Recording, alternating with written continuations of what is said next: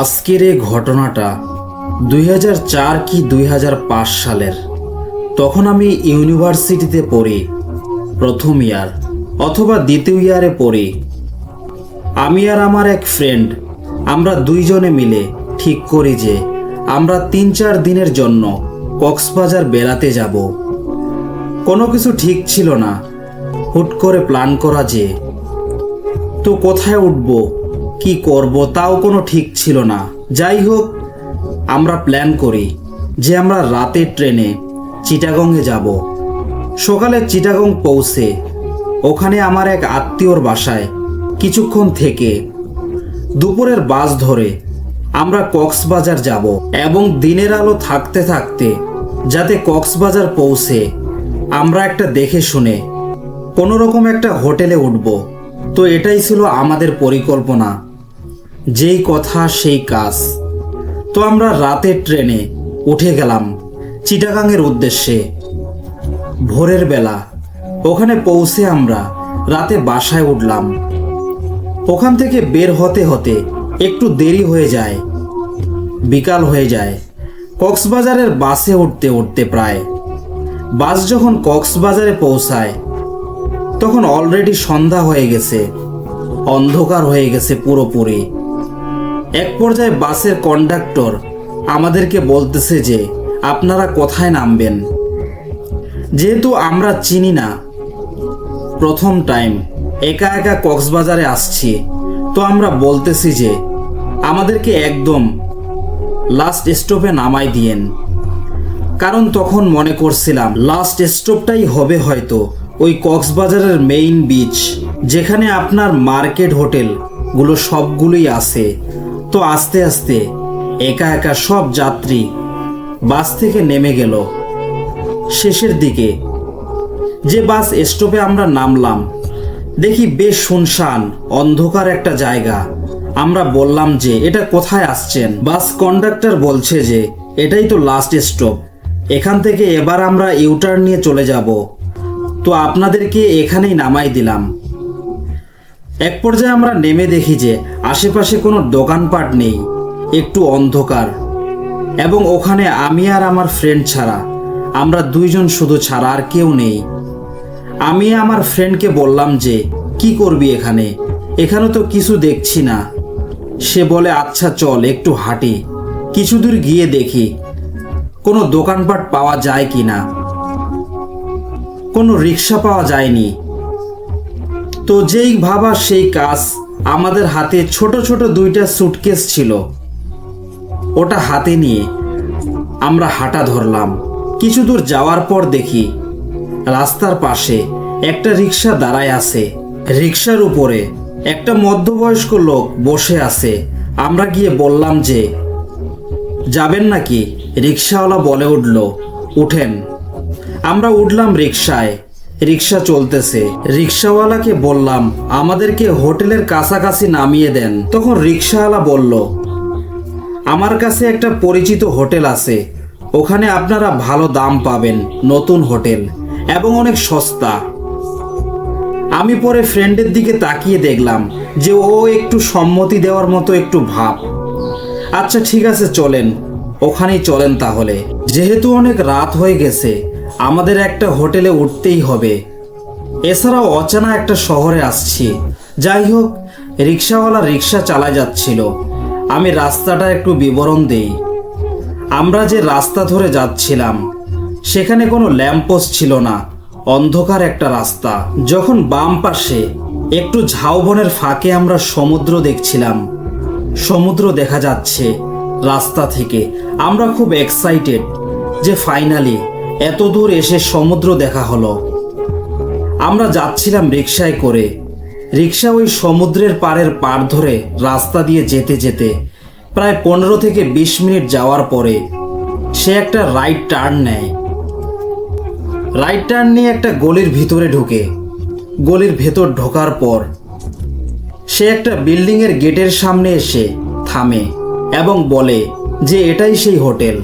আমরা দেখি যে বেশ নতুন একটা বিল্ডিং, সামনে একটা মেইন গেট, মেইন গেটটাও নতুন চকচক করছে। হোটেলে কোনো নাম বা নেম প্লেট কিছু ছিল না। রিক্সাওয়ালাটা ওই গেটটা খুলে রিক্সা নিয়ে ভিতরে ঢুকে সামনে একটা বিল্ডিংয়ের নিচে রিক্সাওয়ালা রিক্সাটা রাখে। আমরা নামার পরে ওকে ভাড়াটা দিয়ে দিলাম। দিয়ে আমরা রিসেপশনে গেলাম। গিয়ে দেখি যে আশেপাশে কোনো লোকজন নেই। ওখানে শুধু একটা লোক বসে আছে স্যান্ডো গেঞ্জি পরে, খুবই আনপ্রফেশনাল লাগছে। আমরা বললাম, ভাই আপনার এখানে রুম হবে? লোকটা আমাদের দিকে তাকায়, একটু অবাক, মনে হলো যে একটু অবাক হয়ে গেল আমাদের দিকে তাকিয়ে। বলতেছে যে আপনারা কয় রাত থাকবেন? বললাম যে আমরা 2 রাত থাকবো, রুম আছে নাকি? সে বলতেছে যে হ্যাঁ আছে। বললাম যে আচ্ছা ঠিক আছে, আগে আমাদের রুম দেখান, তারপরে আমরা ঠিক করি যে কেমন। আগে রুমটা দেখে নেই, আর ভাড়া কত এগুলো আগে আপনারা জানান। তো সে বলতেছে যে আচ্ছা ঠিক আছে, তাহলে রুম দেখে নেন, তারপরে ভাড়া নিয়ে আমরা কথা বলবো। সে বের হয়ে বলতেছে যে আসেন, এলিভেটরের দিকে নিয়ে গেল। এরপর বলতেছে আপনারা আপনাদের লাগেজ রেখে আসেন। আমি আমার ফ্রেন্ডের দিকে তাকালাম। সে বলতেছে যে লাগেজ আমাদের সাথেই থাকবে। অলরেডি আমরাও লোককে দেখে একটু খারাপ হয়ে গেছি যে ব্যাপার কি, হোটেলে আসলাম, এখানে হোটেলে কোনো লোকজন নাই, যে বসে আছে সে আবার জামা কাপড় ঠিক মতো পরেনি, কোথায় আসলাম। যাই হোক, আমাদেরকে এলিভেটরে করে উপরে নিয়ে গেল রুম দেখানোর জন্য। আমরা 3rd ফ্লোরে। আমরা নামার পরে সে একটা রুমের দরজা খুলে বলে যে আপনাদের রুম ভিতরের দিকে, এই রুমের ভিতর দিয়ে গিয়ে আরেকটা দরজা আছে, ওই দরজার ভিতরের যে রুম, সেই রুমটা হচ্ছে আপনাদের রুম। আমরা দুজনেই খুব অবাক হলাম, আমাদের মনে খটকা লাগলো, ব্যাপার কি, রুমের ভিতর রুম, এটা আবার কি। যাই হোক, রুমের দরজা খোলার পর আমরা ভিতরে উকি মেরে দেখি যে ওই রুমের মধ্যে একটা ফ্যামিলি বাসা, একটা মধ্যবয়স্ক একজন লোক, একটা মহিলা, আর 7 কি 8 বছরের একটা বাচ্চা ছেলে। এরা বিছানার উপর বসা, 3 জনই আমাদের দিকে তাকিয়ে আছে এবং এক দৃষ্টিতে তাকিয়ে আছে। কেউ কোনো কথা বলছে না, অন্যদিকে শুধু তাকিয়ে আছে। এখন ওই রিসেপশনের লোকটা বলতেছে যে ওই ভিতরের রুমে যান, ওই রুমের ভিতরে আপনাদের রুম। তো এখন আমি আমার ফ্রেন্ডের দিকে তাকাই, ও আমার দিকে তাকায়। দুইজনের কারো ইচ্ছা করতেছে না যে সেই রুমের ভেতর দিয়ে আরেকটা রুমে যাব।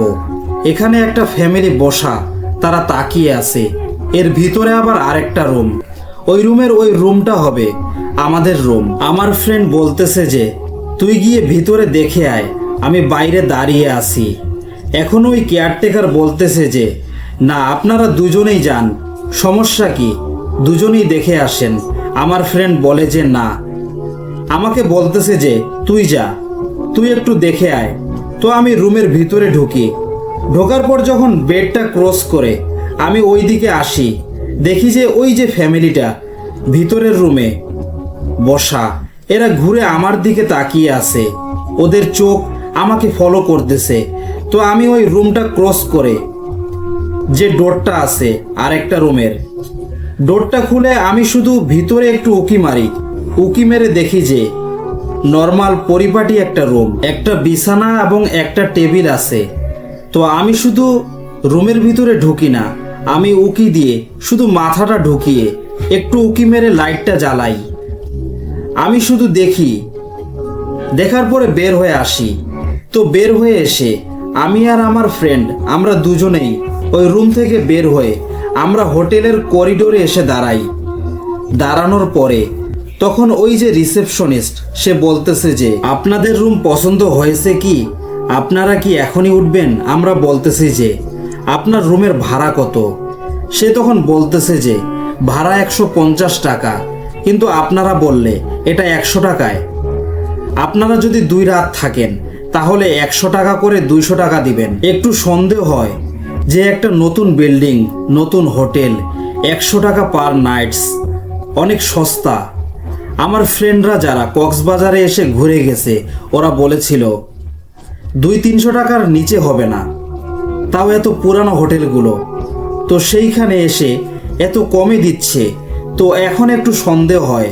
আমি আমার ফ্রেন্ডের কানে কানে বলি যে নিচে চল, নিচে যে একটু কথা বলি। তো আমি বললাম যে আচ্ছা ঠিক আছে, নিচে চলেন। নিচে গিয়ে আমরা ডিসাইড করি যে আমরা থাকবো। তখনই ওই রিসিপশনিস্ট বলতেছে যে আমাদের কেয়ারটেকার আছে, সে আপনাদের লাগেজ নিয়ে রুমে সেট করে দিবে, আপনারা নিচে চলেন, গিয়ে আপনার রুমটা বুকিং দিয়ে দিব। তো তখন দেখি যে সিঁড়ি দিয়ে বেশ দারোয়ানের ড্রেস পরা একটা লোক, সে সিঁড়ি দিয়ে উঠে এসে আমাদের লাগেজ উঠানোর জন্য আসতেছে। তো যেই ড্রেস পরা লোকটা, তাকে দেখে এবার মনে হচ্ছে লোকটাকে আমি কোথাও যেন দেখেছি, চেহারাটা চেনা চেনা লাগতেছে। আমি তখন সেই রিসিপশনিস্টকে বললাম নিচে চলেন, আমরা নিচে যেয়ে কথা বলি। কিন্তু সেই রিসিপশনিস্ট বলতেছে আমাদের কথা তো হয়েই গেছে। আমি বললাম কোথায় কথা হয়েছে আমাদের রুম দেখা মানে রুম তো নেওয়া নয়। কিন্তু রিসিপশনিস্ট আমাদেরকে জেদ করতে থাকলো। এক পর্যায়ে তার সাথে কথা কাটাকাটি হয়। হঠাৎ খেয়াল হলো যে আরে এই যে কেয়ারটেকারের পোশাক পরা যে লোকটা, এটাই তো আমাদের সেই রিক্সাওয়ালা ছিল যে আমাদেরকে নিয়ে আসছে এখানে। তখন আমার ফ্রেন্ড আমাকে আবার কানে কানে বলতেছে যে আমার ভালো লাগতেছে না, চল এখান থেকে, আমরা এখান থেকে বের হয়ে যাই। তখন আমি বলতেছি যে আচ্ছা ঠিক আছে, আপনারা লিফটে করে আপনারা যান, আমরা আসতেছি, একটু কথা বলে নিব ফ্রেন্ডের সাথে। সেই লোকটা নাসর বান্দা হয়ে গেছে আমাদেরকে রুমে ঢোকার জন্য। আর ওইদিকে যেই রুমের ভিতরে যেই ফ্যামিলিটা ছিল, ওরা দরজাটা বের করে দরজাটা খুলে আমাদের দিকে তাকিয়ে আছে। তারা তিনজনই, মা, বাবা এবং 7-8 বছরের বাচ্চাটা। এরা কেউ কারো সাথে কথা বলছে না, আমাদের দিকে শুধু তাকিয়ে আছে। তখন আমরা লাগেজ হাতে নিয়ে আমি আমার ফ্রেন্ডকে বলি চল নিচে চল। তো ওরা বলতেছে যে আপনার রুমে উঠবেন না? তখন আবার বলতেছে আসেন নিচে আসেন, বলে আমরা সিঁড়ি দিয়ে নামা শুরু করছি।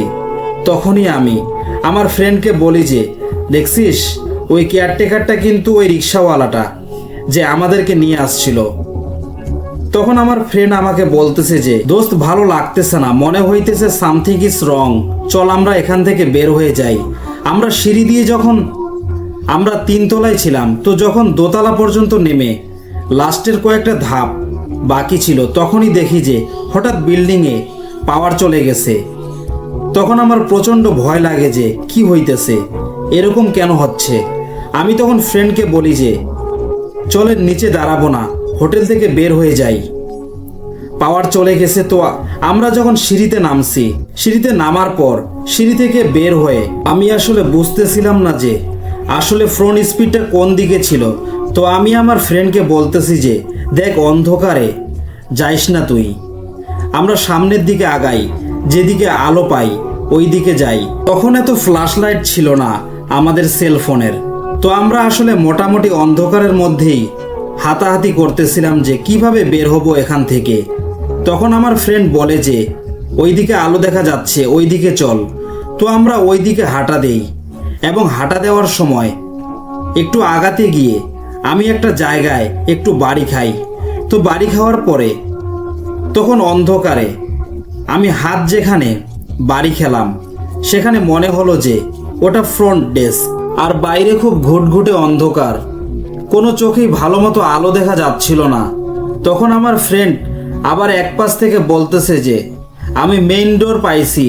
তো আমি বলছি গিয়ে চলো বের হই এখান থেকে। তো আমি আমার ফ্রেন্ডের ফলো করে আমরা ওখান থেকে বের হলাম। তো ও যখন গেট খুলে বের হলো, বের হওয়ার পরেই আমরা দুজনেই অনেক বড় রকমের একটা শক খেলাম। এবং এখন আমার ফ্রেন্ড বলতেছে যে আমরা কি এখানেই আসছি? আমি আশেপাশে তাকিয়ে দেখি যে সব জায়গা অন্ধকার, মিলছে না যে আমরা যেইটা দেখে আমরা হোটেলে ঢুকলাম, হোটেল থেকে বের হওয়ার পর চোখের সামনে অন্য জিনিস দেখতেছি। তখন আমরা ওই হোটেলের এন্ট্রেন্স থেকে একটু সামনে আগায় এসে মেইন গেটের দিকে যাব। মেইন গেটের থেকে তখন আমি মেইন গেটের গেটটা ধরে আমি ওটা ওপেন করতে যাই। তখন দেখছি মেইন গেটটা অনেক পুরনো জং ধরা, আমার কাছে মনে হলো যে এটা এত পুরনো জং ধরা হবে কেন, কারণ আমরা ঢোকার সময় তো দেখলাম যে নতুন, একদম ব্র্যান্ড নিউ, সব চকচক করতেছিল। কিন্তু মেইন ডোর যখন আমি হাত ধরে খোলার চেষ্টা করতেছি তখন দেখি যে জং ধরা এবং পুরনো। আমি গেট খুলে আমি আমার ফ্রেন্ডকে বলি, তুই বের হয়ে যা, আমি বের হচ্ছি। এক পর্যায়ে সে বের হয়ে যায় গেট দিয়ে। আমি বের যখন হব তখন আমি একটু ঘুরে আমি পিছনে তাকাই, আর আমি যেটা দেখলাম আমি বিশ্বাস করতে পারতেছিলাম না। আমরা যে বিল্ডিং থেকে বের হয়েছি সেটা আসলে কোনো 4 তলা হোটেল বিল্ডিং ছিল না, এবং ওটা কোনো নতুন কোনো কনস্ট্রাকশন ছিল না। একটা পুরনো, একটা ভাঙা একটা বাড়ি ছিল, এবং পুরনো বলতে বেশ পুরনো, যে জায়গায় শুধু ইট বের হয়ে আসছে, প্লাস্টার খসে পড়ছে একটা বাড়ি। এবং ঠিক যেই জায়গা থেকে, যেই ডোর থেকে হোটেলের মেইন এন্ট্রেন্স থেকে আমরা বের হয়ে আসছি, সেখানে ওই কেয়ারটেকাররা দাঁড়িয়েছিল, দাঁড়িয়ে আমার দিকে তাকিয়েছিল। আমি আমার ফ্রেন্ডের দিকে তাকাই, আমি বলতেছি, দোস্ত ধরতে দে। তো এটা বলেই আমার হাতে যে লাগেজটা ছিল এটা আমি 2 হাত দিয়ে জড়িয়ে ধরে আমি দৌড়ানো শুরু করি, এবং আমার কথা শুনে আমার ফ্রেন্ডও আমার সাথে দৌড়ানো শুরু করে।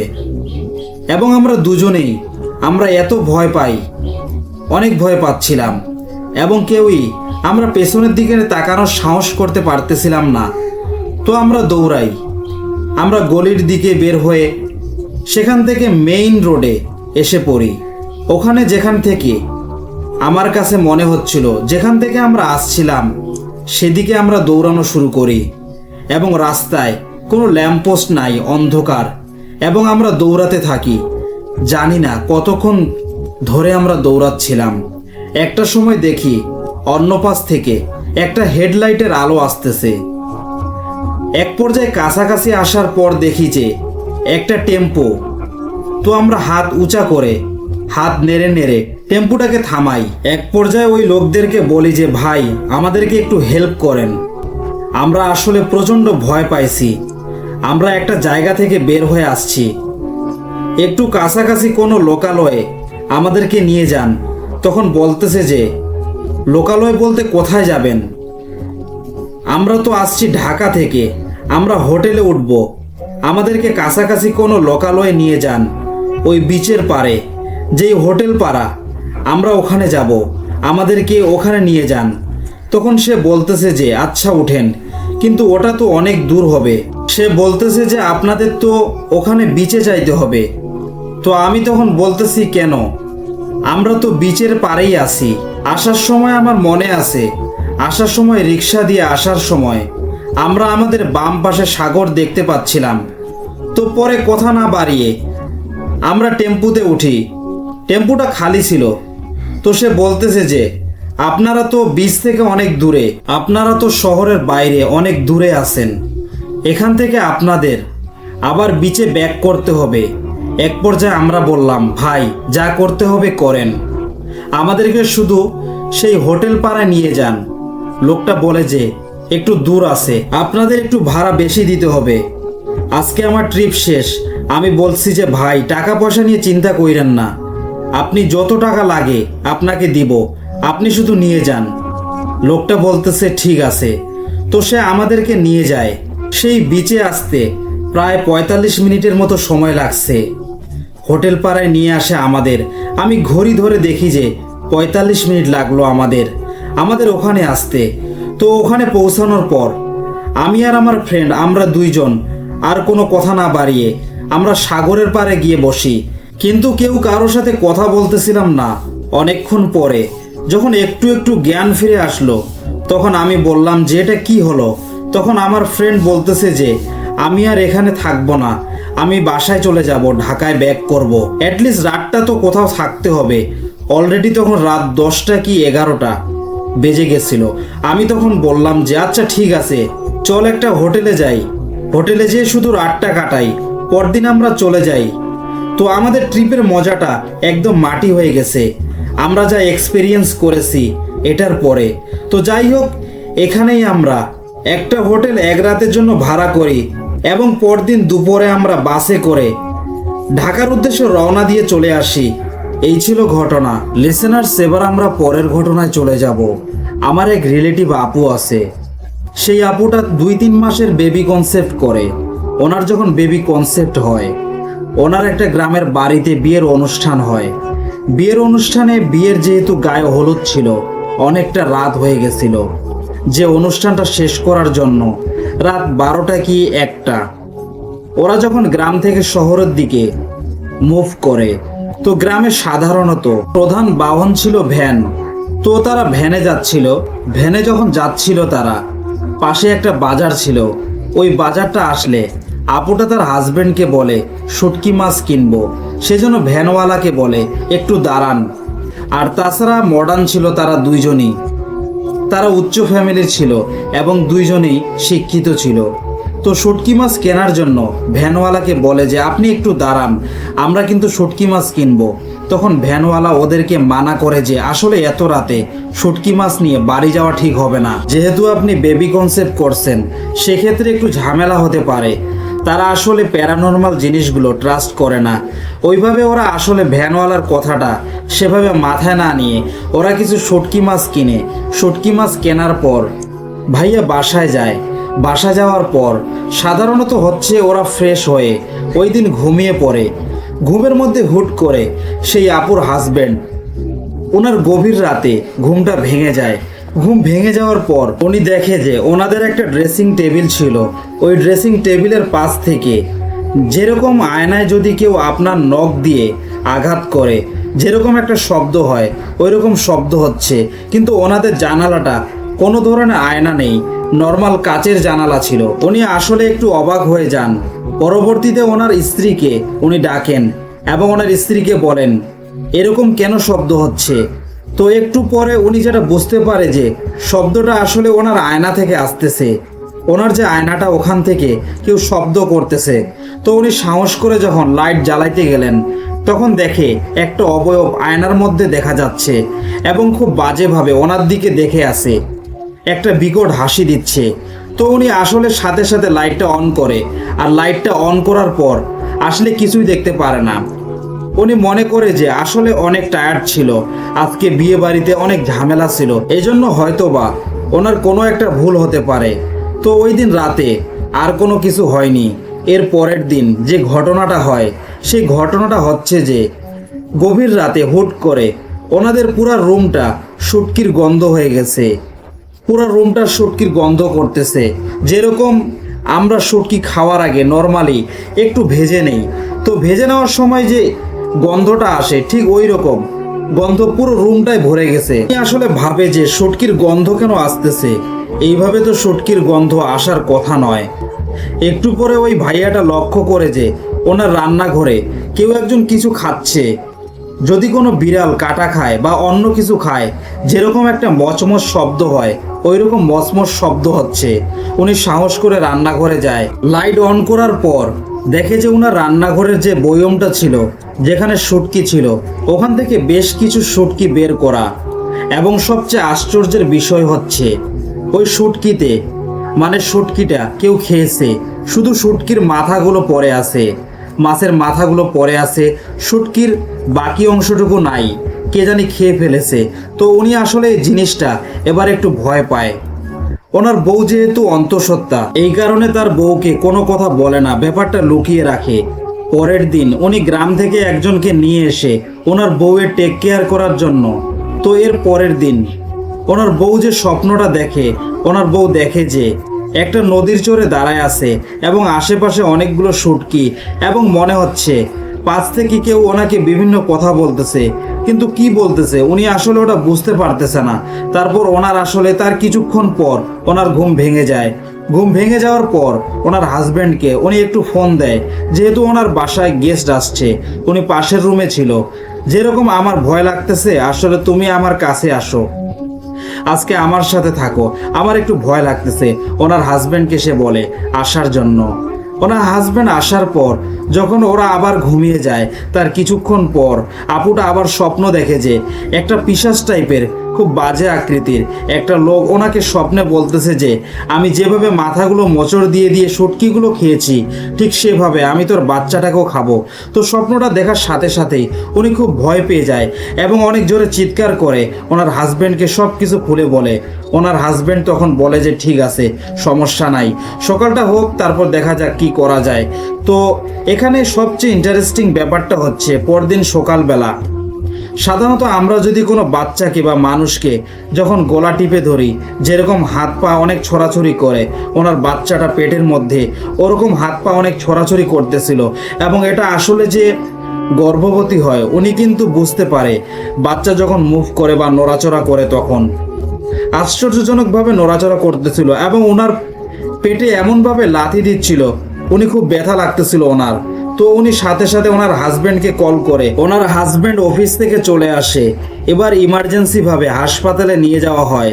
নিয়ে যাওয়ার পর সবচেয়ে দুঃখজনক ব্যাপারটা হচ্ছে ওনার বাচ্চাটা আসলে মৃত ছিল এবং সবচেয়ে আরও আশ্চর্যজনক ব্যাপার হচ্ছে বাচ্চাটার গলার ডান পাশে একটা অনেক ক্ষতর দাগ।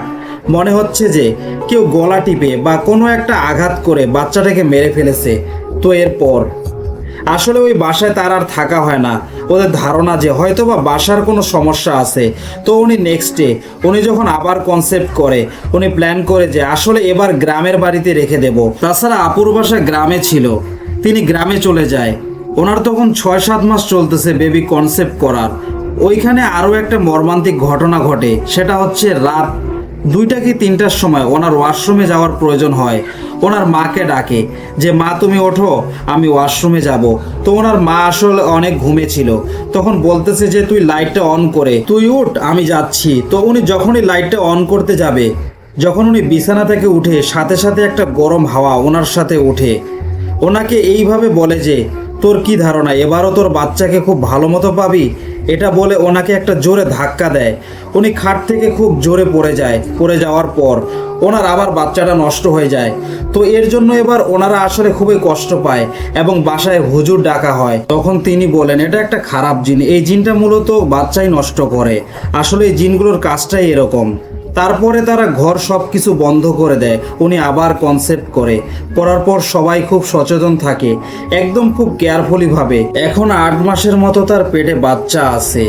একদিন রাতের বেলা ওয়াশরুমে সে যায়, তার সাথে 2 থেকে 3 জন ছিল। উনি যখন ওয়াশরুম থেকে ব্যাক করবেন তখন একটা বিড়াল তার পায়ের সামনে চলে আসে। যেহেতু বিড়ালের দেহ অনেক নরম পিচ্ছিল, ওনার যখন পায়ে পড়ে উনি তখন স্লিপ করে আবার খুব বাজেভাবে পড়ে যায়। বাজেভাবে পড়ে যাওয়ার পর ওনার অনেক ব্লিডিং হয় এবং উনি অসুস্থ হয়ে যান। এক পর্যায়ে তাকে হাসপাতালে নেওয়া হয়। হাসপাতালে নিয়ে যাওয়ার পরে এখানে আরেকটা জিনিস লক্ষ্য করা যায়, সেই আগের মতো আবার বাচ্চাটা মারা যায় এবং ডাক্তার বলে যে পরবর্তীতে সে কনসেপ্ট করতে পারবে কি না সেটা আসলে বলতে পারতেছে না ডাক্তার, কারণ বেবি কনসেপ্টের যে ধারাবাহিকতা ছিল ওইগুলো অনেকটা ওইভাবে হয়তো বা কাজ নাও করতে পারে। তো এরপর অনেক ডাক্তার দেখায়, অনেক কবিরাজ দেখায়, কিন্তু তারপরও কিছু লাভ হয় না। 10-12 বছর হচ্ছে এখনো ওই আপুটা কোনোভাবে মেনে নিতে পারতেছে না, বেবি কনসেপ্ট করতে পারেনি এখনো। সম্প্রতি 1 বছর আগে এতিমখানা থেকে বাচ্চা দত্তক নিয়ে ওরা লালন পালন করতেছে, কিন্তু জিনিসটা অনেক দুঃখজনক ব্যাপার। এবার আমরা পরের ঘটনায় চলে যাব। রাতের বেলা, যদিও ওই রাস্তা ধরে কখনো এর আগে তিনি যাননি, সেখানে তিনি দেখলেন যে অনেকগুলো নৌকা দড়ি দিয়ে বাঁধা। সেখানে শীতের সময় নদীর পাড়গুলো অনেক শুকিয়ে যায় এবং নৌকাগুলো পানি পর্যন্ত নিয়ে যেতে হলে অনেক কষ্ট করে যেতে হয়। সেখানে ওইখানে নৌকাগুলো দড়ি দিয়ে বাঁধা থাকতো, যার প্রয়োজন সে রাত্রেবেলা দড়ি খুলে সে নৌকা দিয়ে নদী পার হয়ে যেত। আমার বাবা সেখানে যাওয়ার পরে তিনি দেখলেন সবগুলো নৌকায় খালি একটা নৌকাতে একজন লোক বসেছিলেন, বাদবাকি যত নৌকা ছিল সব ফাঁকা ছিল।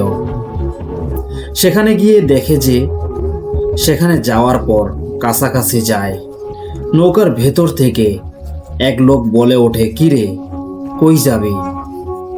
বাবা তৎক্ষণাৎ চিনতে পারলেন যে তিনি হচ্ছে তার সম্পর্কের নানা হন। শাহবাজপুর গ্রামেরই তিনি বাসিন্দা। তিনি বললেন যে না না, আমি তো আমাদের গ্রামে যাব। নানা তখন বলল চল একসাথে যাই। যাই হোক, আমার বাবা নানার সাথে নৌকায় উঠলেন। তারা দুইজনে ধরে নদী পার হলেন। নদী পার হওয়ার পরে নামলেন।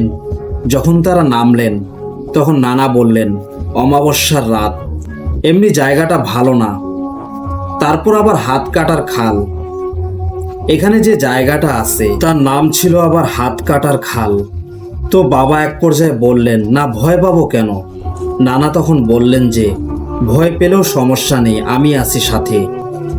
তারপর থেকে আমার বাবা কিছুটা যেন ভয় পেতে শুরু করলেন এবং তার মাথার মধ্যে হাত কাটা ঢাল বা খাল নিয়ে অনেক কাহিনী প্রচলিত আছে, সেগুলো তার মাথার মধ্যে ঘোরাঘুরি করতেছিল। এক পর্যায়ে তারা দুইজন হাঁটছেন। তার বোধ হয় কারো কারো অন্য কোনো শব্দ পাচ্ছেন। এক পর্যায়ে আস্তে আস্তে যেটা হয়, রাতের বেলা পরিবেশটা একটা থমথমে পরিবেশ, মনের মধ্যে নানা ধরনের চিন্তা চলে আসে এবং তিনি তখন ভাবতে লাগলেন যে হ্যাঁ, আওয়াজটা হয়তো আমাদের পায়ের আওয়াজ কিংবা আমার নিঃশ্বাসের আওয়াজ। এরকম ভেবে তিনি মনকে প্রবোধভাবে এগিয়ে যাচ্ছেন। তো খালটার আগে একটা মাঠ এবং মাঠের এক পাশে একটা নদী, আরেকটা পাশে হচ্ছে বিল, মাঠের মাঝখান দিয়ে একটা খাল। এই বিল থেকে নদীর সংযোগটা করে দেয়। তো সেখানে খালটা পার হতে হয়। খালের দিকে যখন নামছেন তখন তার মনে হলো যে বোধহয় কোনো একটা কিছু শব্দ হচ্ছে তার আশপাশ থেকে। এমন কিছু শব্দ হচ্ছে যেটা সে আসলে সহ্য করতে পারতেছিল না। ভয়টা আস্তে আস্তে খুব বেড়ে যাচ্ছে। খালের দিকে নামছিল এবং তার ভয়টা খুব বেড়ে যাচ্ছে। তখন নানা হঠাৎ করে বলে উঠলেন, ভয় পাওয়ার কিছু নাই, আমি আছি তো। খালে কিছুটা পানি পার হতে হয়। সেই পানি দিয়ে যখন পার হচ্ছিলেন তখন তার মনে হলো যে তিনি নুপুরের আওয়াজ পাচ্ছেন এত রাতের বেলা। আবার খালের মাঝখানে নুপুরের আওয়াজ পাওয়ার কোনো সম্ভাবনা থাকার কথা না। এক পর্যায়ে তিনি আবার এই বিষয়টাতে আরো ভয় পেয়ে গেলেন। নানা বললেন যে ভয়ের কিছু নেই। তিনি কিন্তু বলেননি যে তিনি কোনো শব্দ পাচ্ছেন। নানা নিজে থেকে উত্তর দিয়ে দিলেন এই সময়টাতে তার পানি পিপাসা বেড়ে গেল এবং তিনি নার্ভাস হলে যেটা হয়, মানুষের নার্ভাস হলে পানি পিপাসা বেড়ে যায়, তিনিও এরকম অনুভব করতে থাকলেন। তার মনে হচ্ছে যে এই মুহূর্তে তার পানি খাওয়া খুব প্রয়োজন। যে খালের যে ময়লা পানি তিনি সেটাই খেয়ে ফেললেন।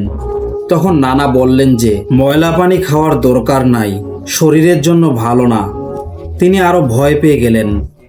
তার তখন একদম নিশ্চিত যে তার পেছনে পেছনে কেউ একজন তাকে ফলো করছে, কিন্তু তার কোনো সাহস হলো না যে পেছনে ফিরে তিনি দেখবেন যে আসলে কি হচ্ছে পেছনে। এরপর তারা কতক্ষণ ধরে যে খাল পার হলো, আমার বাবা তিনি বলছিলেন যে তার নিজেরও আসলে মনে নেই ঠিক কতক্ষণ, মনে হচ্ছে না, মনে হচ্ছে অনন্তকাল ধরে খাল পার হলেন।